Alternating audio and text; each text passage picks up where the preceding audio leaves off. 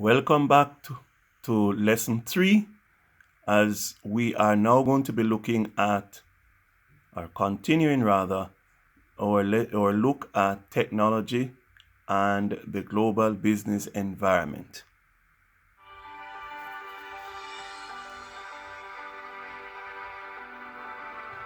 Our objectives for this lesson are to differentiate between the growth and development of an economy,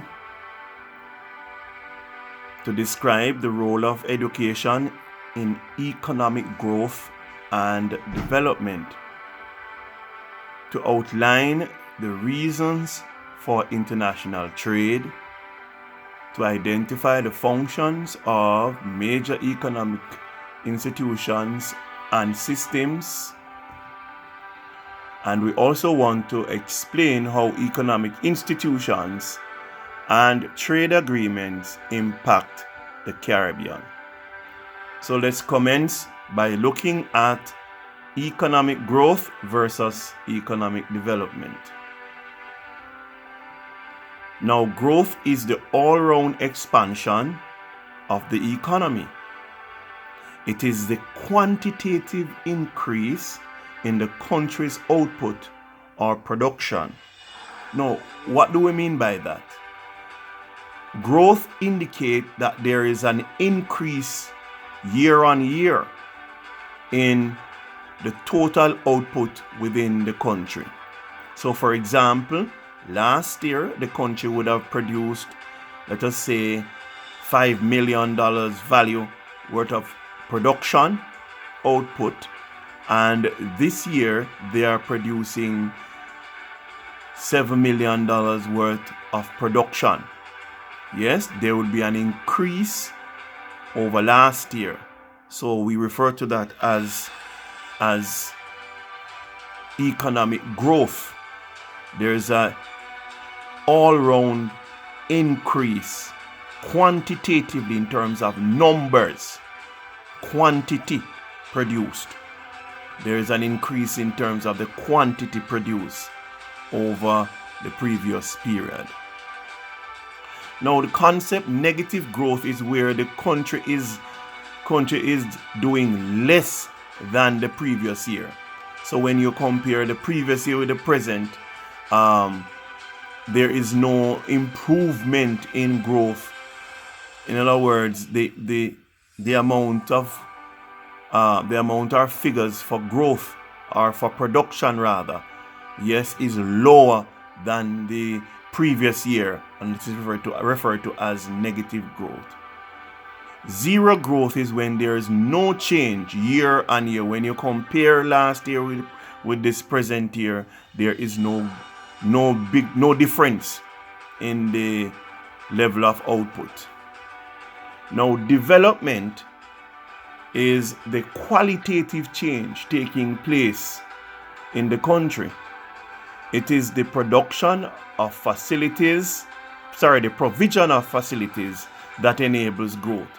So what we want to understand here is that while growth is quantitative, means you can count and there is a number figure by which it is increased. Development is qualitative change that is taking place in the economy. For example, there's an improvement in the means or the method of production. So a move from machete and hoe to using tractors, an improvement in the quality of the change, improvement in the use of technology in the production process. Yes, so the qualitative change. So that is what we mean by development. Yes, the roads have been repaired or redone, so there is a qualitative change in the quality in the state of the roads. Yes, a refurbished hospital with more high-tech equipment to serve in the hospital would be a step in development because of the qualitative change that will bring. So the government each year examine savings, investment, and increases in different sectors of the economy to determine growth, economic growth. Now, development in Caribbean economies take place in an uneven way. Yes, so there is not a trajectory that is even across the economy. The growth and development across the economy, yes, is not even out, right? It's not happening at the same pace and the same rate across the country. And when that is not, when we have an uneven rate of development, then we have what is known as dualism, right? So this unevenness in the development of the economies in the Caribbean causes what is known as dualism. What is dualism? Economic dualism is the division of the economy into two distinct sectors, one being technologically advanced and the other being technologically backward. So while one sector is making use of modern technology, new and high-tech devices to carry out production processes, there's another side of the economy that they are using primitive, ancient, and backward technology, manual technology. So there's a part of the country that is producing, but they are depending on more manpower than machines and technology. And so what we have is called a dual economy. One is advanced and one is backward. So you may have persons who are in the rural areas performing using agricultural tools that require manpower, as against another segment in the economy where production is taking place using machines and manufacturing processes are taking place. Now, there are some factors that affect economic growth, and one has to do with investment. Now, capital accumulation and the use of capital to create further wealth is essential to economic growth. So, for there to be economic growth, there must be investment, capital being deployed or employed in the process of the production process, right? Employed to create more goods and services. So the level of investment will affect economic growth. Now, government can put in the government can put in the environment that is conducive to investment. Right? How can they do that? They can do that by reducing input costs, by waiving taxes and other duties.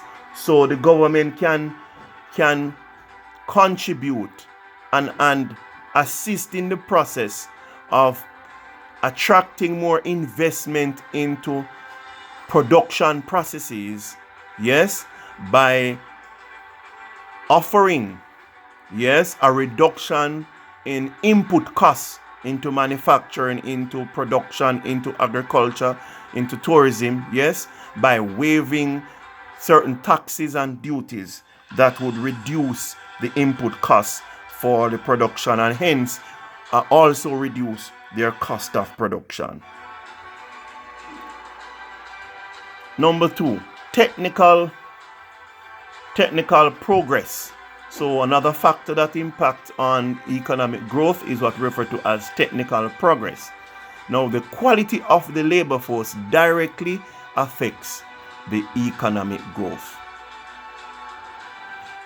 The government needs to adequately invest in education and training of the labor force to take advantage of new skill sets and technology. So this factor is important. The government should put in the necessary resources, yes, so that the labor force can progress in their level of technical skills, yes, and technology, understanding of technology, so that they can be employed in the production process.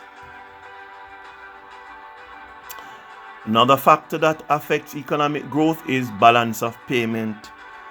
Yes, balance of payment. Now, a persistent adverse balance of payment will hinder growth and development. What do we mean by balance of payment?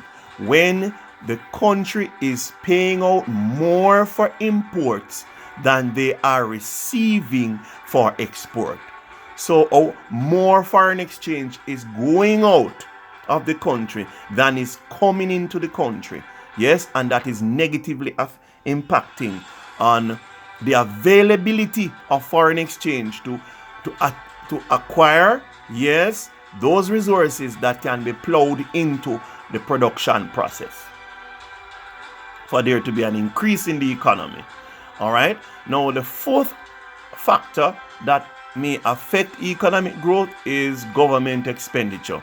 Yes, how the government spends monies. Now, the government is the largest spender in the economy. The largest spender in the economy. So the government spending has the power to stimulate particular sectors of the economy. So if the government is spending, right, in the area of agriculture, we can stimulate that part of the economy. If they are spending in the area of tourism, that area can be stimulated to grow.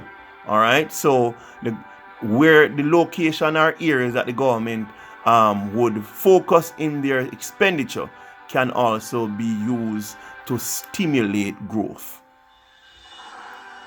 So public expenditure should be used to stimulate those areas of the economy that can generate future increase in earnings.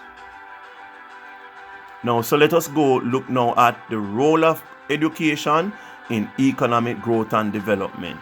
Now, there is a strong relationship between education and a healthy economy. Let's see why. 1. Trained workers improve the human capital, and also it enhances the ability of businesses to adopt superior technologies and respond to changes, right, in economic conditions. So what we're saying here is the more skilled and the more educated the workforce is the better it will be for them to be adaptable. They would be adaptable, yes, to new technology. In other words, they are able to apply themselves in becoming knowledgeable of these new technologies and be able to respond to the changes in the economy. All right. They also know a well-educated labor force produces at a higher productivity level. So the more educated your labor force is, the higher the productivity level will be. A well-educated labor force improves the chances of a country attracting new businesses for foreign investment. The availability of skilled people will benefit entrepreneurial activities and small businesses. So people are more skilled, there's a greater chance that they would be willing to venture in starting their own business and creating production. Now, the key to growth and development is the ability to attract and retain individuals with a capacity to create new products and businesses. That is important.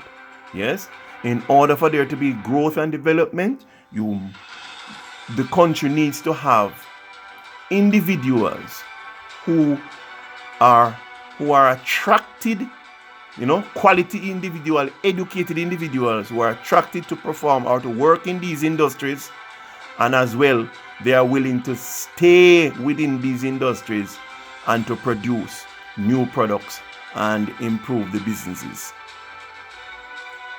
Now, higher education has the power to generate higher income. All right, and that is clear.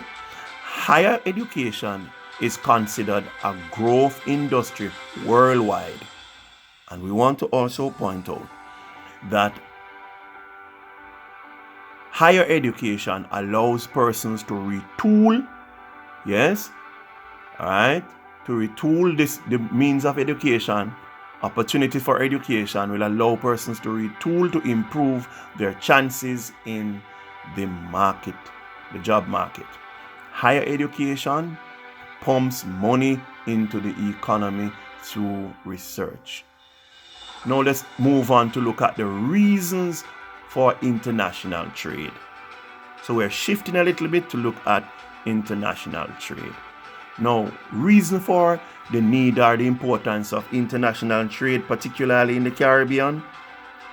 One country may not be endowed with certain aspects or have the natural resources such as land, labor, capital, or enterprise to produce goods that they need. Simply put, there is no country that exists that can produce everything for itself.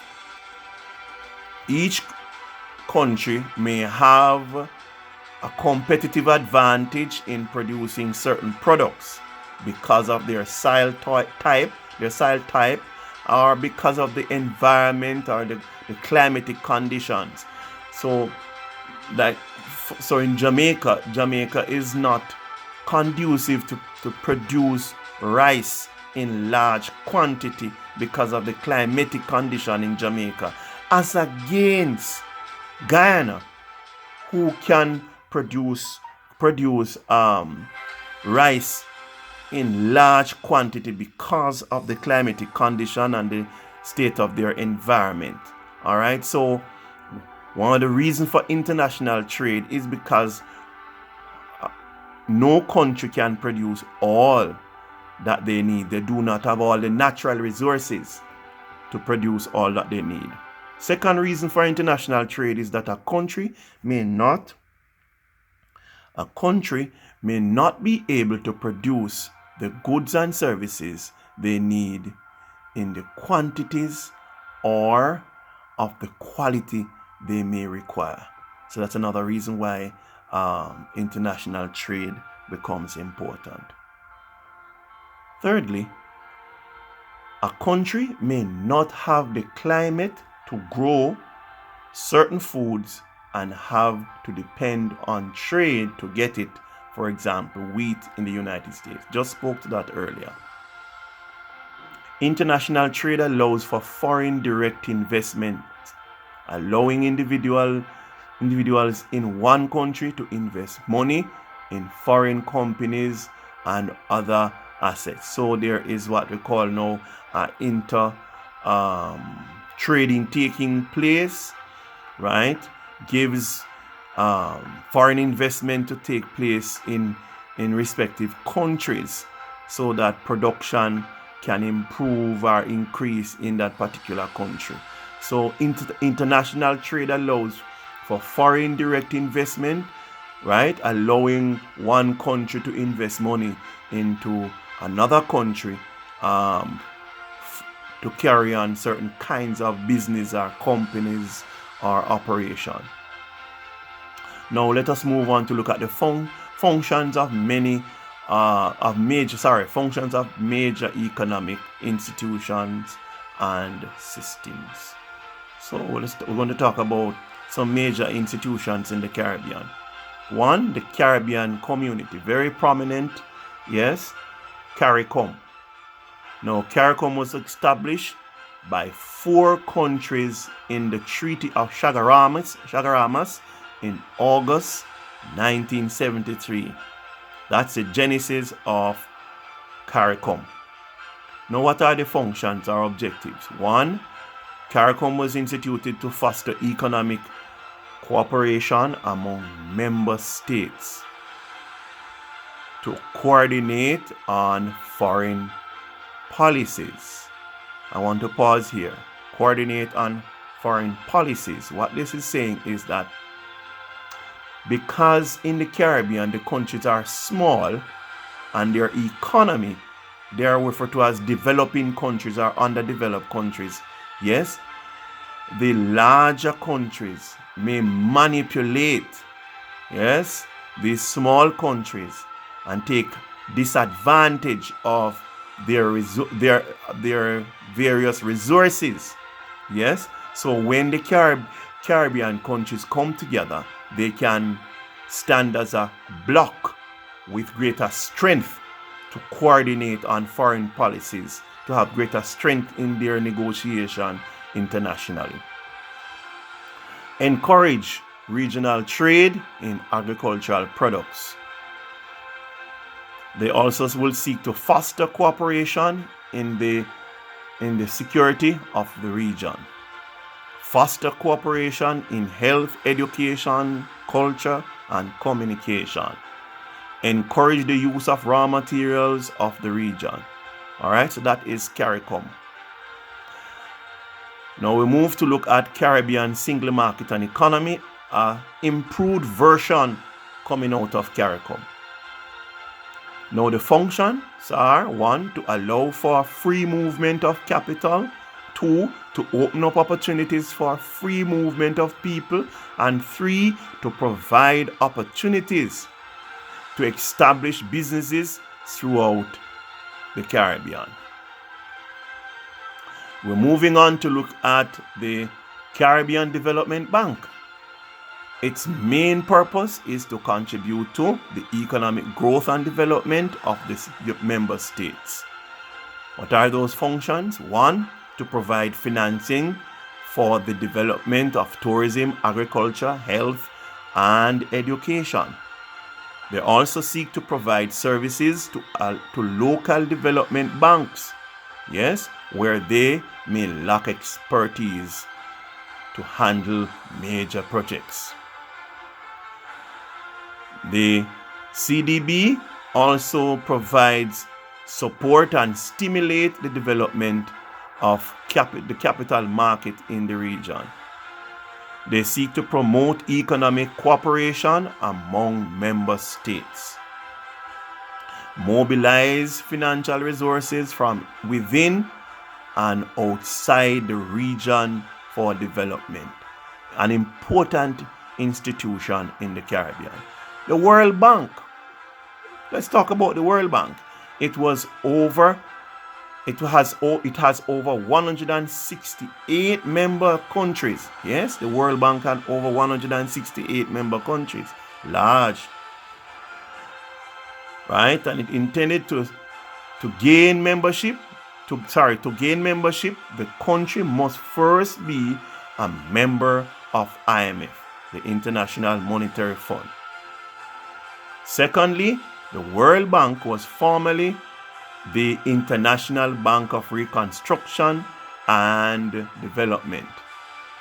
Now, it was designed to provide funding for developing countries to develop their economies through loan and technical assistance. That's the World Bank. Now, the bank's resources come large, that is the World Bank's resources come largely from subscriptions of foreign advanced countries like the United States, Germany, United Kingdom, France. Yes, so the banking resources comes primarily from subscriptions from the first world countries. All right. Also, they also have resources as a result of issuing securities to raise additional funds. The World Bank gives support to infrastructure development and modernization of traditional industries. So these are prime areas and focus areas of the World Bank. Now let's look at the International Bank for Reconstruction and Development. It was established in 1945. As we said, the World Bank comes out of the International Bank for Reconstruction and Development. The original purpose of the IBRD, the International Bank of Reconstruction and Development, was to provide financing to countries that were devastated, yes, by the World War II. Now, what are the functions of this bank or this institution? To engage the multilateral development financing, to engage in multilateral development financing. That is, they seek to lend countries who are credit worthy monies to help them in their development, particularly at the commencement after the World War, to rebuild their economy. Now, this institution focuses rather on human capital development. They have a strong, at this time, they have a strong focus on human capital development. What do we mean by that? The education and all those areas that will help the citizenry or the labor force to develop. They seek to provide funding for poverty alleviation, agricultural improvement, rural development, important areas that needs to be improved in many of the Caribbean countries. Small scale enterprises, urban development, education and training. Now, the major purpose is to provide short-term lending to countries that are experiencing balance of payment problems. And this has to do with now the IMF. That's where we are now. The IMF, the International Monetary Fund, their major purpose is to provide short-term lending to countries that are experiencing balance of payment problems. Yes, and we spoke about balance of payment earlier. They provide the foreign currency needed to pay for essential goods and services. So what really is happening here is that the IMF enters into country to seek to assist them because the country is having challenges with liquidity, with enough foreign currency to purchase those goods and services that are essential for the continuation and the normal operation of the economy and the country. So each member country contributes to the fund, yes, the IMF fund. This allows that country to have, or each country to have, what is known as a special drawing rights. So it's like you deposit money into the fund and you have right, that is a first call of funds that you can achieve or receive from the IMF if there's a challenge in your country, particularly balance of payment problems. Now, the IMF, it seeks to keep the international monetary system running smoothly.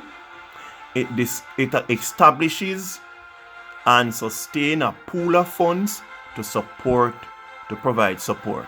It acts as a lender of last resort. Now, the IMF and the borrowing countries develops what is known a program that sets out the specific economic targets and guidelines called conditionalities. So any country that is going to be helped by IMF, the country plus with IMF will come together to iron out some conditionalities for them to receive funds and assistance. These remedial measures must be followed in order to continue obtaining IMF assistance. The IMF seeks to keep watch over member countries' exchange rate, ensure that the country complies with the rules, provide technical assistance, 4 programs.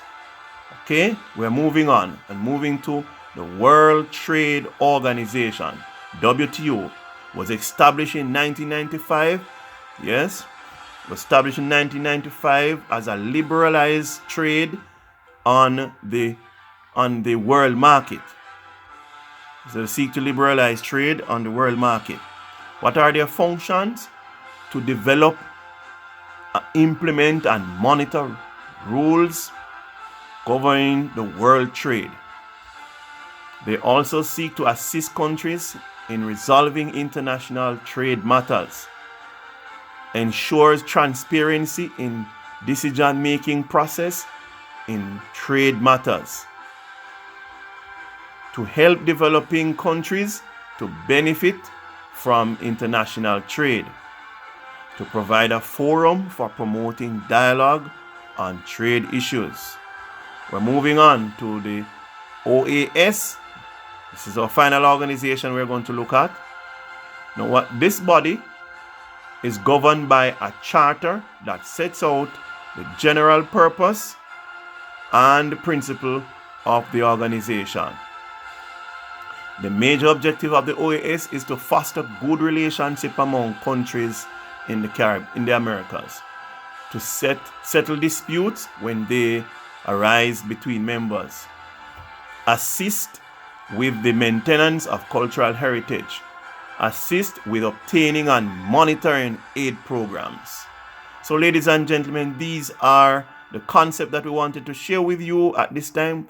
If you think this video was beneficial, please like and share this video and click the subscribe button if you think the content was good. Thank you very much.